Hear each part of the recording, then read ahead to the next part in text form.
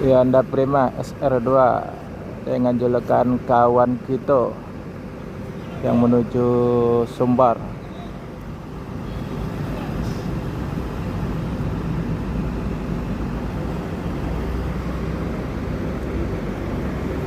Anda akan melanjutkan perjalanan menuju Sumbar dan sekitarnya. Semoga selamat sampai tujuan bosku. Yang penting keselamatan bukan kecepatan.